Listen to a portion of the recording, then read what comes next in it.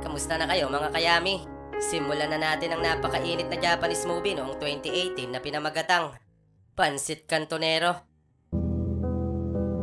Nagsimula ang kwento sa isang binata na nagngangalang Francis Pilapil.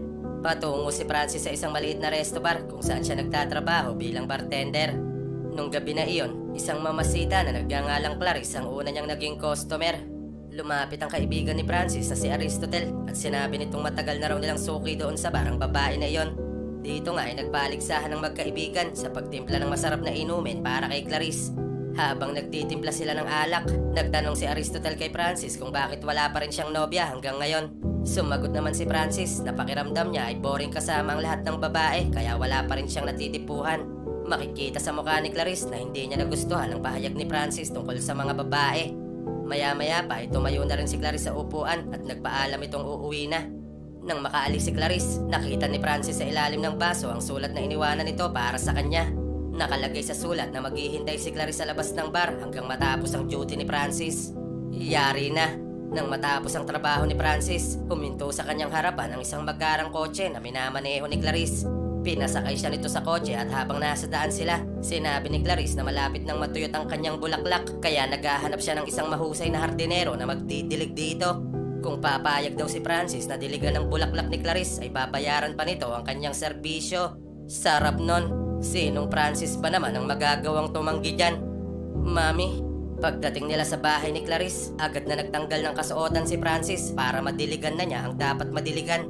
Subalit bago pa man magdikit ang kanilang mga katawan, bigla na lang tinawag ni Clarice ang isang malinamnam na dalaga na nagngangalang Anha Billionaire.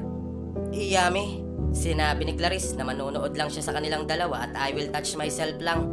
Swerte ng mukha nito. Naguguluhan man si Francis ay hindi na rin siya nagtanong pa. Dito nga ay walang humpay niyang nilamukos ang matatayog na kabundukan ni Ann. Sa kanya binayo ng binayo ang masukal na kuweba hanggang sa kumatas ang likas na yaman na nakatago sa kaloob-looban nito. Lalim nun. Nang matapos ang umaatikabong serbisyo, nagbigay lang ng 500 si Clarice dahil hindi daw pasado sa kanya ang performance ni Francis. Sa kabilang banda ay nagustuhan naman ni Ann ang ginawa nila ni Francis kaya dinagdagan pa nito ng 500 ang bayad sa kanya. Kung yung mga kayami ko yan, kahit libre, palag-palag yan. Libog nyo.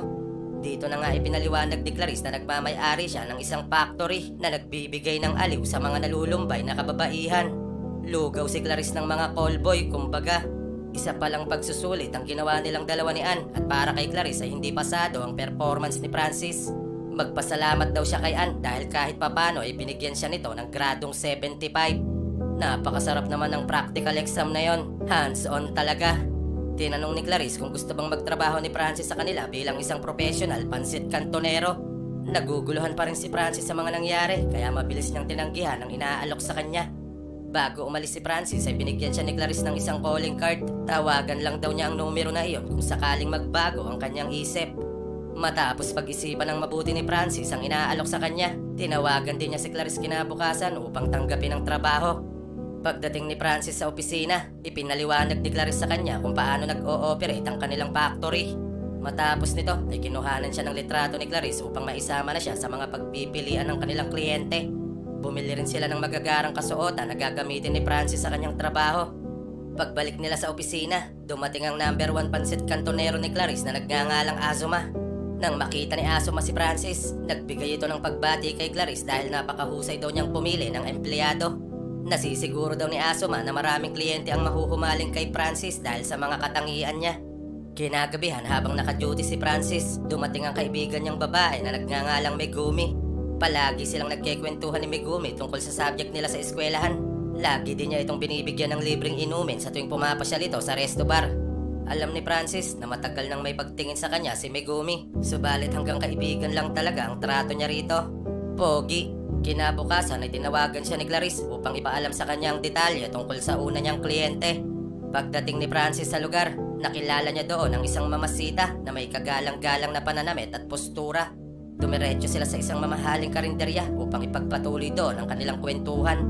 Tinanong ng kliyente kung ano ang masasabi ni Francis sa mga babae na pumapatol sa mga lalaki na halos kalahati na ng kanilang edad.